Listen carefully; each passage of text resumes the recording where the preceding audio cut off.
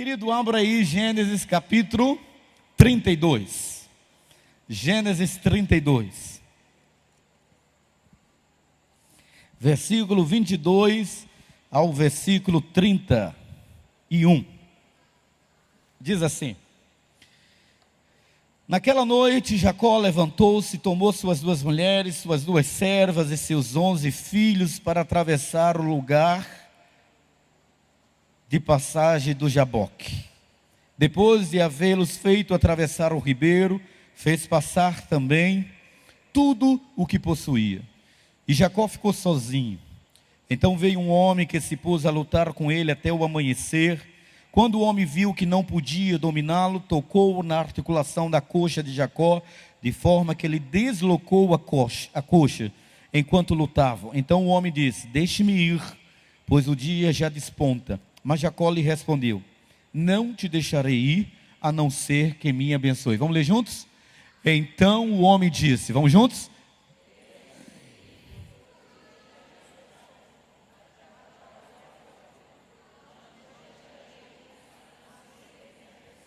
O homem lhe perguntou: Qual é o seu nome? Jacó respondeu ele. Então disse o homem: Seu nome não será mais Jacó, mas sim Israel, porque você lutou com Deus e com homens e venceu. Prosseguiu Jacó: Peço-te que digas o teu nome. Mas ele respondeu: Por que pergunta o meu nome? E o abençoou ali.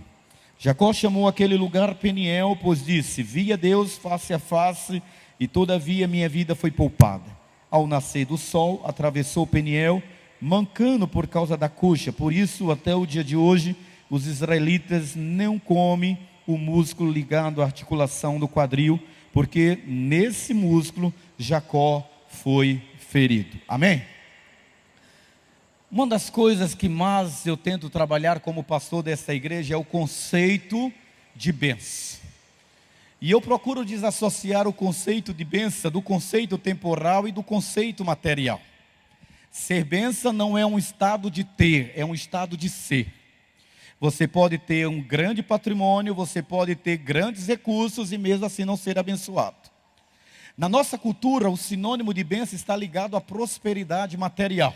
E boa parte das pessoas procuram a igreja evangélica em favor da oração da cura, da oração da libertação, da oração da prosperidade. Dessas 3, a oração da prosperidade, ou seja, a situação material é o que mais impulsa as pessoas a procurarem a igreja. As pessoas, com o tempo, debandam delas porque não se firmaram na verdade. E a Bíblia diz: Conhecereis a verdade e a verdade vos libertará. Então, queridos, Jesus curou 10 leprosos, só um voltou aos pés do Senhor e ele disse: Onde estão os outros que eu curei? Nem sempre quem é curado de uma moléstia, de uma enfermidade, significa que ela permanecerá na igreja, porque ela não conheceu o Senhor da cura, apenas o benefício da cura. Algumas pessoas que são libertas também de algum vício, de alguma situação de opressão, também a casa é limpa, mas o texto sagrado diz que se ela não manter-se, outro espírito, o espírito voltará e trará 7 espíritos piores, e o estado da segunda casa será pior do que a primeira. Agora, a bênção da prosperidade é quando a pessoa, ela vem para esta igreja, e ela é membro desta igreja, ela é crente desta igreja, mas aonde tem uma campanhazinha, ela está lá atrás. Ela vai no morro, no monte, ela vai no vale, ela vai na profeta A, ela vai no profeta B, porque ela não entendeu o conceito ainda de reino de Deus. O reino de Deus não está ali nem acolá, o reino de Deus está dentro de você ou não está. Ou você aprende que Deus abençoa você porque você o conhece, ou você sairá buscando vasos e profetas que orem por você e lhe digam o que você quer ouvir. Tais pessoas são fracas na fé e caem facilmente em ciladas de vento de doutrinas. O conceito de bênção é um conceito de experiência real, verdadeira, que faz com que você entenda quem é Deus e qual é o seu lugar. Se você não entender isso, você terá visões e revelações como frutos da sua própria mente. Porque Deus se revelou outrora pelos profetas pela lei, e hoje ele se revela a nós por meio do seu Filho, Jesus Cristo, nosso Senhor e Salvador. E Paulo vive isso em 1 Coríntios, 2 Coríntios, criticando a igreja de Corinto, porque é uma igreja mística. Mística demais. Todo crente muito místico acaba adoecendo. Paulo exorta aquela igreja, porque aquela igreja falava em língua, profetizava, tinha visão, tinha revelação, e muita gente corria. Nós estivemos nessa cidade e entendemos por que Paulo criticou a igreja de Corinto, porque as práticas que aconteciam nos oráculos de Delfos, as adivinhações, ela também tomou conta da igreja evangélica. E muita gente começou a vislumbrar mais os efeitos místicos do que Deus. Aí Paulo arrebenta, né? Paulo ele chega em capítulo 13, que a gente não gosta, a gente só gosta de aquela palavra que diz assim: o amor tudo espera, tudo suporta, tudo crê, o amor jamais acaba. Mas essa não é a ênfase. Paulo ele chega e diz assim: ainda que eu falasse a língua dos anjos, ainda que eu profetizasse, ainda que eu tivesse visão, ainda que eu tivesse revelação, ainda que eu desse todos os meus bens para os pobres, ainda que eu fizesse tudo isso, proveito algum teria, se eu não tivesse o amor. Acabou. Paulo está dizendo que eu preciso ser crente, sem visão, sem revelação, sem que Deus mande recado, sem que Deus mande telegrama, sem que Deus mande um fax, sem que Deus mande um e-mail, sem que Deus mande um SMS. Deus não precisa mandar nada disso, porque eu tenho a palavra de Deus. E Ele não é homem para que minta, nem filho do homem para que se arrependa de nenhuma das palavras que Ele diz sobre ela. A passagem que nós lemos fala de um homem que queria ser abençoado usando mecanismos próprios da sua natureza decaída, dando um jeitinho para manipular a pessoa de Deus e ser abençoado. Tem gente assim até hoje. A luta do patriarca Jacó com o anjo do Senhor ocorreu numa região chamada Val de Jaboque, ou Monte de Jezreel, perto dentre os dois rios principais que regam aquela cidade. A nascente do rio de Jaboque está localizada no sul, chamado Gileade, todo o vale de Gileade. Uma região montanhosa que atualmente pertence não mais a Israel, pertence à Jordânia. Jaboque alimentava não somente o rio Jordão, como afluente do rio Jordão, mas também alimentava o Mar Morto. E esse texto especificamente que nós lemos está nos dizendo a luta dramática de Jacó para morrer, para fazer morrer a sua natureza terrena. Na vida cristã, a coisa mais difícil não é aceitar a Cristo. A coisa mais difícil não é eu fazer o curso Vida Cristã e me tornar membro da igreja, é morrer e nascer de novo. A coisa mais difícil é eu permitir que o Evangelho mude a minha natureza. E é por isso que a igreja está cheia de gente de mau caráter. Mas gente que é capaz de cantar cânticos como esse aqui, levantar a mão e chorar. Gente que é capaz de chorar e se ajoelhar diante de Deus. Mas quando sai daqui, ele não tem nada de Deus e volta a viver a natureza de Jacó. Jacó significa usurpador. Alguém que usurpa a identidade de Deus na sua própria vida. É mais interessante que essa luta com o anjo levaria, apesar dessa luta ser uma luta drástica, é daí que surge o povo de Israel. Porque nesse momento o aparecimento do povo de Israel vai consolidar isso que nós estamos vivendo aqui. A presença e o surgimento do Messias. E é por isso que o texto mostra que toda a história da vida de Jacó, ele escolheu, apesar da sua natureza decaída, apesar da sua deficiência de caráter, apesar da sua inclinação para ser trapaceiro, ele decidiu confiar e contar com a bênção de Deus, ainda que usando meios escusos para isso. Em resumo, tudo o que acontece de uma forma ou de outra, querido, tem ligações com o desejo de receber bênção. É o que nós queremos, ser bênção do Senhor, amém? Você quer isso? Todo mundo quer ser abençoado. Todo mundo quer ter um casamento bom, todo mundo não quer resolver seus problemas financeiros, todo mundo quer construir sua casa, ter o seu carro, o homem quer isso. Mas a luta de Jacó com o anjo do Senhor nos traz umas lições bastante perceptíveis, que era uma questão sintomática do caráter. Olhe para mim, deixa eu dizer uma coisa para você. Cristianismo, há 10 anos eu digo isso nessa igreja.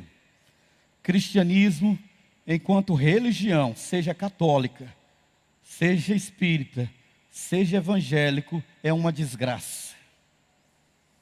O cristianismo, quando estudado nas universidades, no curso de sociologia, antropologia, percebe que sempre houve manipulações de homens que usaram do cristianismo para trazer opressão social.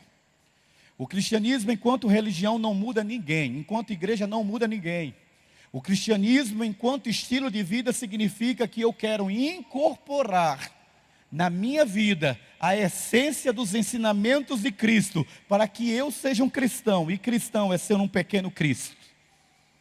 A palavra cristão foi dada a mim e você como xingamento, como esculacho, pejorativo. Ele é um cristão, ele é um pequeno Cristo, ele é alguém que segue a Cristo, ele é alguém que nós confundimos.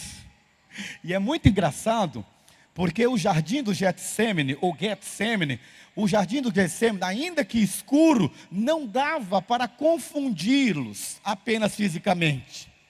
Mas havia uma identidade real. Olhe para mim, deixa eu dizer uma coisa para você. Quem é cristão tem uma identidade real. E a sua identidade real não é a cibapa. A identidade real é que aonde ele está, o que ele esteja fazendo, ele tem um compromisso com a sua identidade real.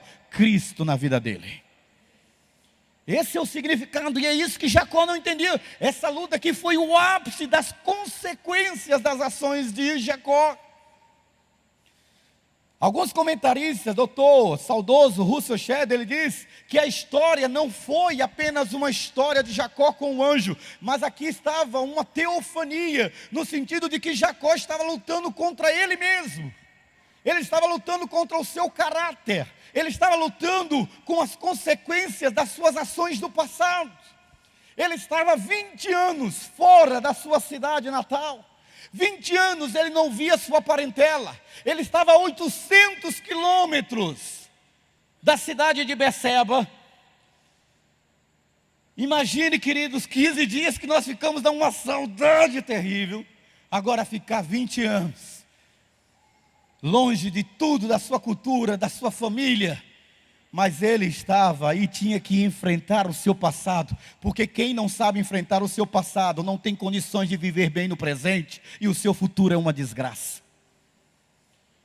Eu não posso ter medo do meu passado se ele está bem resolvido, e Jacó tinha que resolver essa situação. Nós vemos na história a mão de Deus agindo com graça, a mão de Deus agindo com misericórdia sobre a vida de Jacó, na vida de um homem pecador. Hoje pela manhã lá no hotel eu fiquei sentado, enquanto Lídia dormia eu comecei a orar, e quando ela acordou eu estava dizendo assim: como Deus é bom e a sua misericórdia dura para sempre. Nós não merecemos misericórdia, nós não merecemos graça. Se nós olharmos para trás, a nossa trajetória era uma trajetória de desgraça, mas Ele nos alcançou pela sua misericórdia. Você é o que é hoje, não por mérito seu, querido. E a gente acha que é bom. Ah, se não fosse a mão do Senhor. Jacó era um homem pecador, mas o Pai, nosso Deus, fez com Jacó aquilo que fez comigo e com você. Ele nos separou. Ele queria transformar Jacó, como Ele quer me transformar e transformar você e fazer de você uma bênção, como fez de Jacó uma bênção. Mas Deus precisava tratar com a vida de Jacó. Ei, olha para mim. Minha mãe dizia que aquilo que o homem semear, isso ele colherá. Quem semeia vento, colhe tempestades. Pastor, isso está na Bíblia, tem algumas coisas paralelas a esse dito popular. Mas, como filho de Deus, aqui a gente faz, aqui a gente paga. A Bíblia diz que não há nada encoberto que não venha a ser revelado. Não tem esse negócio de tadinho, tadinha, não. Nada disso. É igual um camarada que eu estava conversando hoje, da área jurídica, e ele disse: pastor, quando eu vou visitar o presídio, todos eles são inocentes, e eles sabem o artigo com qual ele está enquadrado. Doutor, eu estou aqui por causa do artigo tal. Todos nós sabemos. Agora Deus me ama, e Deus ama você. Deus ama você, querido. Ele não desiste de ninguém. Não existe criatura que Deus não possa tratar, que Deus não dê jeito. O cristianismo é o melhor processo de restauração, libertação, cura e inclusão social que existe no mundo. Não existe outro sistema capaz de lhe dar a oportunidade de renascer no processo da história, da vida, da sua família e da sociedade, perfeito quanto o cristianismo é. Agora, você precisa se converter. Adesão à igreja não é conversão. A Bíblia diz que pelos frutos conhecereis que sois meus discípulos. Pastor fulano entrou para a igreja agora, e o Kiko? Pastor fulano se batizou, e o camelo? Quem disse que é sinônimo de conversão o cara descer as águas? Às vezes, querido, quando eu desci as águas, agora graças a Deus os pastores que descem os livros discipulados, né?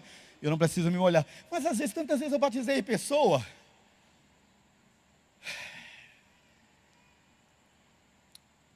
Albertina, você confessa crer no Senhor Jesus Cristo como seu único Salvador? Aí a pessoa: sim, eu a batizo em nome do Pai, do Filho e do Espírito Santo. E eu penso: Senhor, por que o Senhor não leva essa criatura logo? Eu sei que a pessoa não se converteu. Pastor, o Senhor não é Deus. Pelos frutos conhecereis como a pessoa se comporta no culto.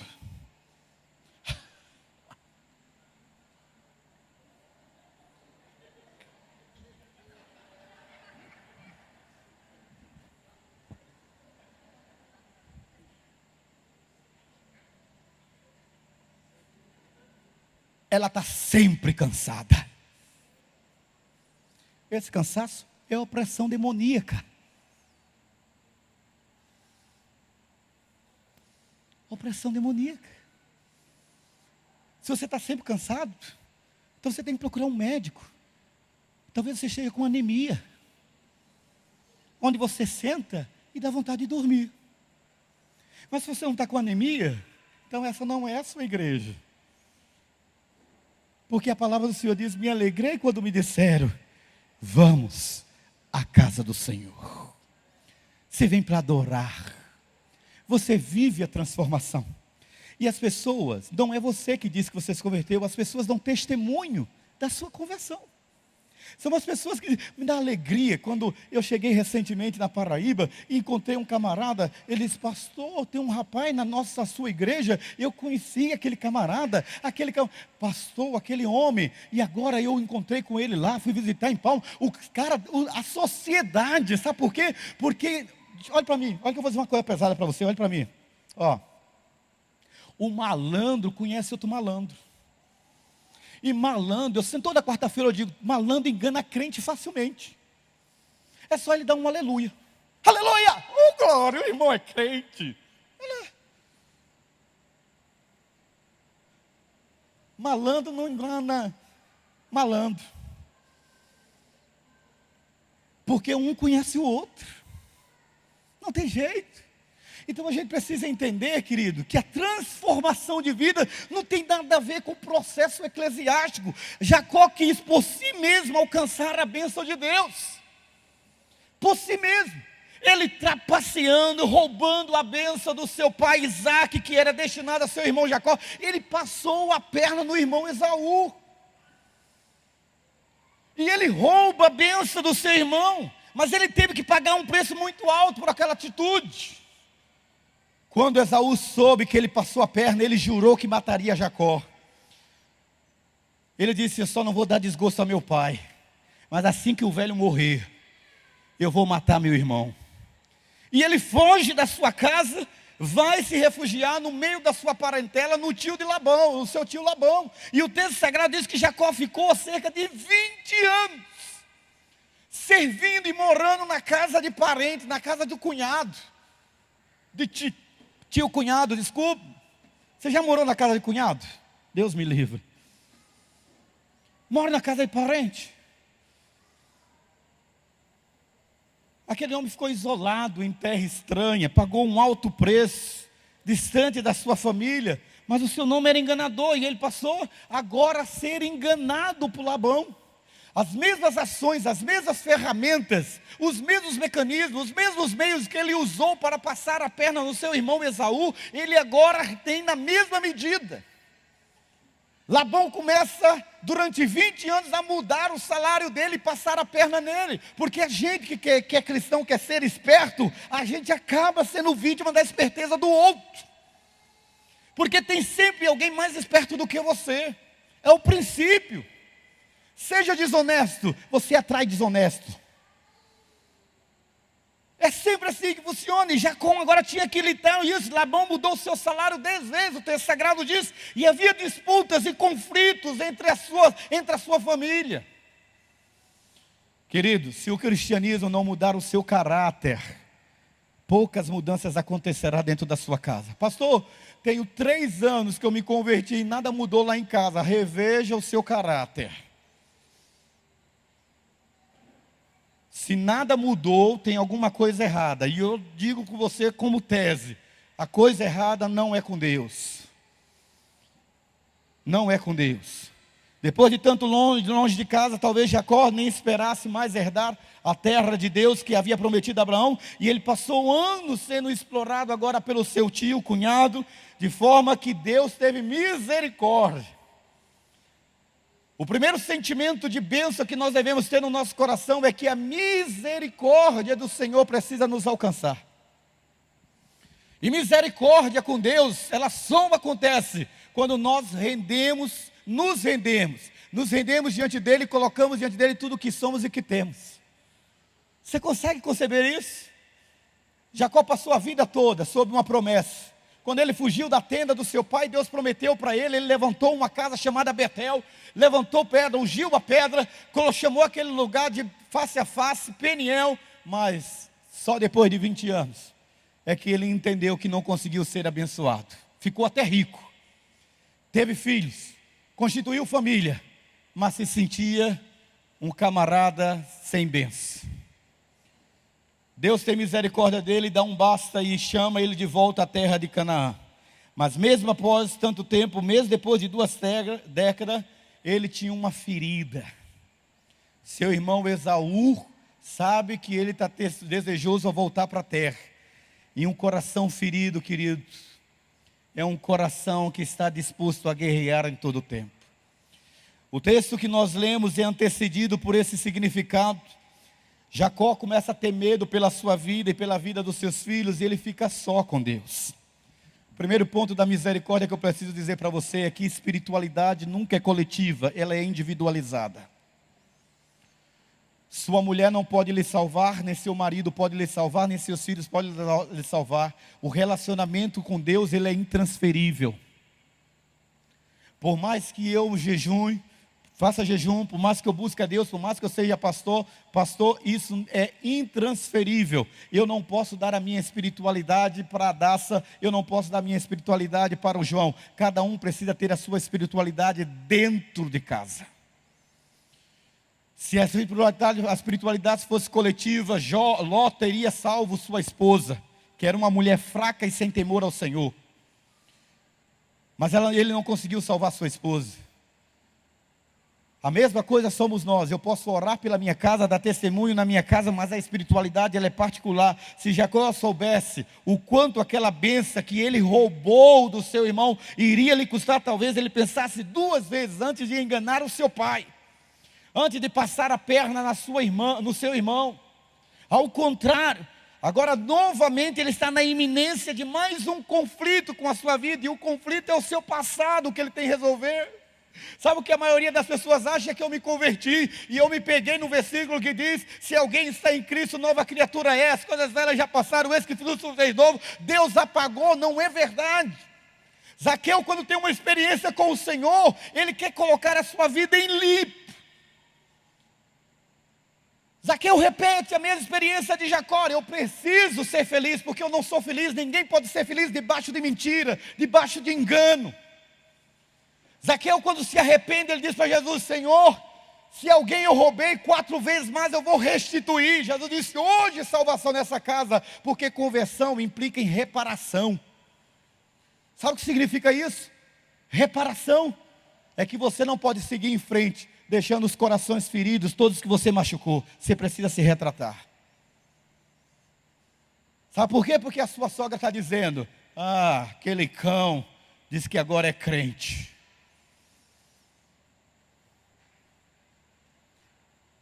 Seus amigos trabalharam com você, que estudaram com você e que você fez tanto, eles dizem assim: quem é crente? Fulano é crente. Crente? É.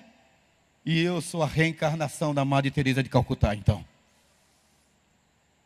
Retratação.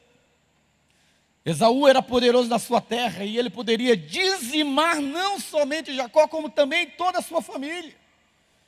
Agora veja o que Jacó faz. Na tentativa de proteger seus filhos e esposa, ele divide 2 grupos e apressadamente, de noite, ele faz eles atravessarem o val de Jaboque. Do lugar que nós estávamos, dávamos para ver o val de Jaboque e a distância que Jacó ficou. Mas ele ficou porque ele sabia que agora ele precisava ficar face a face com Deus. Ele precisava agora abrir o seu coração e derramar a sua alma para o Senhor, conversar com o Senhor. Veja o versículo 22 aí, dá uma olhada na Bíblia. E levantou-se aquela mesma noite, tomou as suas 2 mulheres e as suas 2 servas e os seus 11 filhos e passou o val de Jaboque. Versículo 23 e 24. E tomou-os e fê-los passar o ribeiro e fez passar tudo o que tinha. Jacó, porém, ficou só, e lutou com ele um homem, até que a alva subiu. Você já passou por isso? Eu já passei por isso. Eu não sei quantos lembram da minha história, que é hilárica e engraçada, mas quando eu estava devendo 6 meses de seminário, e eu não podia pedir dinheiro para o meu pai, porque meu pai disse que ele não tinha criado o filho para ser ladrão, porque pastor para ele era ser ladrão. E durante aqueles 6 meses, devendo a casa e não tendo o que comer, eu fiz muita mentira, estudando para pastor, muita mentira. Eu tomava emprestado sabendo que eu não ia pagar. Sabe qual é o nome disso? Caloteiro. Eu também tive uma musiquinha safada. Devo e não nego, pago quando posso. É o pior caloteiro. Porque o homem que é homem, de verdade, chega para o Eduardo e diz assim: Eduardo, eu fiquei de te pagar no dia 8, mas teve um problema, eu não posso lhe pagar. Você pode prolongar os meus dias para eu te pagar no dia 15 de dezembro? Você pode, meu amigo? Pode, obrigado. Mas o cara mau caráter, ele deve. E ele passa como se tivesse tudo bem.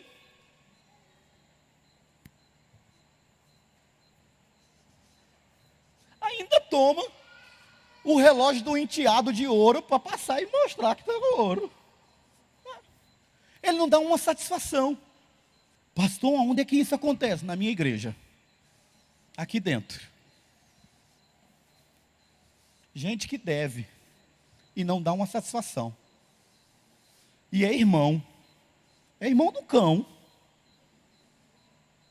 Que irmão é esse sem caráter? Não tem problema nenhum você não ter dinheiro para pagar. Agora, você não dá uma satisfação, é falta de respeito. É falta de fé. É falta de caráter. E é essa situação que a Bíblia está dizendo, querido, para cá, literalmente diz assim: meu Deus, ele odiava, porque Jacó sabia que precisava mudar. Mas ele vai e ora. Ele ora e fica sozinho. Jacó possuía riquezas agora. Ele saiu sem nada de casa, e ele agora possuía servos, servas, o texto sagrado, que ele possuía tantos trabalhadores, que ele poderia até desencadear uma guerra contra o seu irmão. Não poderia? Ele poderia. Ele estava de igual para igual, mas diferente do que ele era, enquanto jovem, ele faz diferente. Ele resolveu aí as situações com as suas próprias forças. Agora as circunstâncias da vida e as dificuldades do passado, ele queria mudar a história. E aí tem o texto que nós lemos. Naquela noite ele levanta-se e decide orar ao Senhor. Veja o versículo 24, dá uma olhada. Jacó, porém, ficou só, lutou com ele um homem até que a alva subiu. Lembra que eu contei minha história? Então devendo e sendo profeta. Profeta, eu era profeta. Você sabe o que é profeta? Segura aí na cadeira, seja forte com o que eu vou dizer. As pessoas de João Pessoa corriam até mim para eu orar por elas. E eu devendo. E aí eu vou para a sala de oração. E eu oro. Das 10 da noite até 5 da manhã. Sozinho. E Deus faz comigo aquilo que Ele fez com Jacó. Usurpador. Te conserta. Muda. Eu disse, beleza, Senhor. Eu me entrego.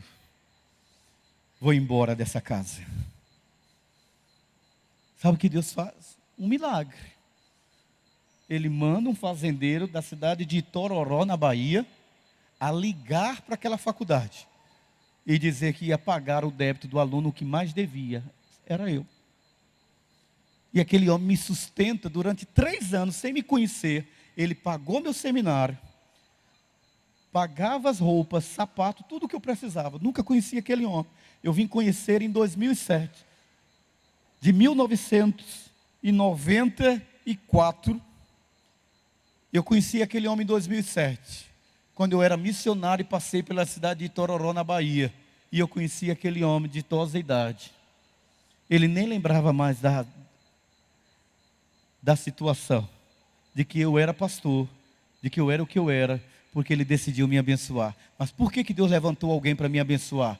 Porque eu decidi andar na verdade. E quando nós entendemos isso, entendemos o texto, literalmente versículo 25, que ele lutava e vendo que não prevalecia contra ele, ele tocou a juntura da coxa, se deslocou a juntura da coxa de Jacó lutando com ele. Queridos, olhem bem o que o texto está dizendo para você nessa noite. Na sua luta com o anjo, as palavras de Jacó foi literalmente, eu não te deixarei ir, se não me abençoares. Era de uma profundidade tremenda, o significado é, eu quero que você mude toda a história da minha vida.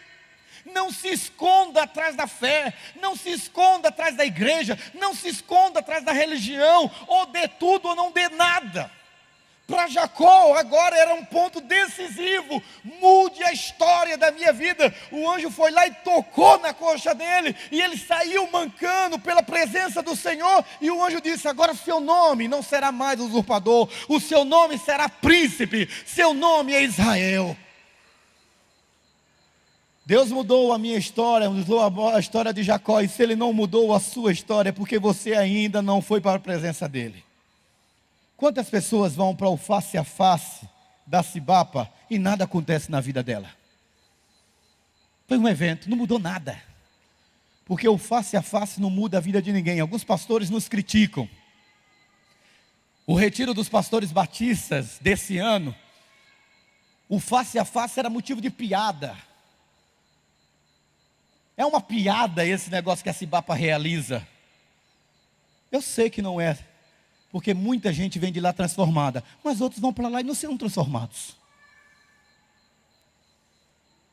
Porque o face a face não muda ninguém. Quem muda é o Deus que separa você para o face a face.